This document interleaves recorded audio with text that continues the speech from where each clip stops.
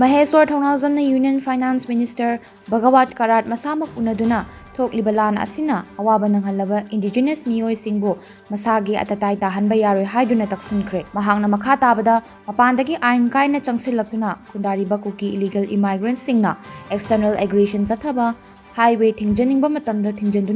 Manipurda khundariba community singbu kham thengna wahaliba singsi masagi atatai tahanbiganu amadi awaba nanglaba miyoi sing asibu masagi hanagi punsirolda hanjinnagbagidamag finance minister na scheme budget ama sembiduna Mateng Pangbinaba unaba atuda Taksinkhre finance minister Bhagat Kharad nasu awaba nanglaba miyoi singidamag angamba mateng pangani haina unaba atuda fongdokhi ngasi Union Minister of Finance, Finance Minister Mr. Bhagat Kharad unajare hojik thatare henjel aglabani akoi Manipur le film se aduna makhoi mahaki ministry gi site gi kari support pirak pa yabage kai affected areas affected families victims mayam sida habedi especially akoi gi indigenous community leiriba masagi mayum masagi mafamda masagi maramda refugee oina leiraga relief camp da leiribani hojik se tesena harabada aduna sigi family mayam su leire plus akoi gi relief camp da dang leiba dang natabida haitare koi highway da anytime thingjelakpa oibanina na business entrepreneur mayam irang tawdringai mangoina loan lauraga